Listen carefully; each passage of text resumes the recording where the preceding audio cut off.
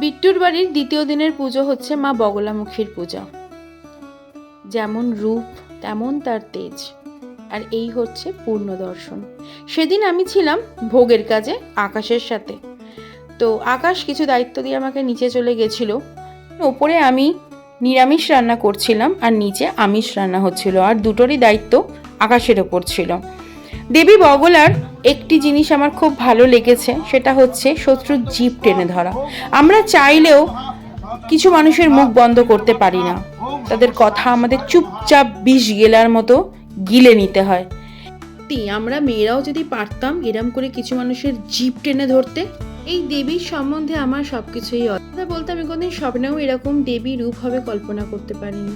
তাই ভীষণ ভালো লাগলো এইরকম শক্তিশালী দেবীর পুজোতে অংশগ্রহণ করতে পেরে। আরো অনেক ভিডিওস, সবাই সাথে থেকো এবং জয় জয় মা বগলার জয়।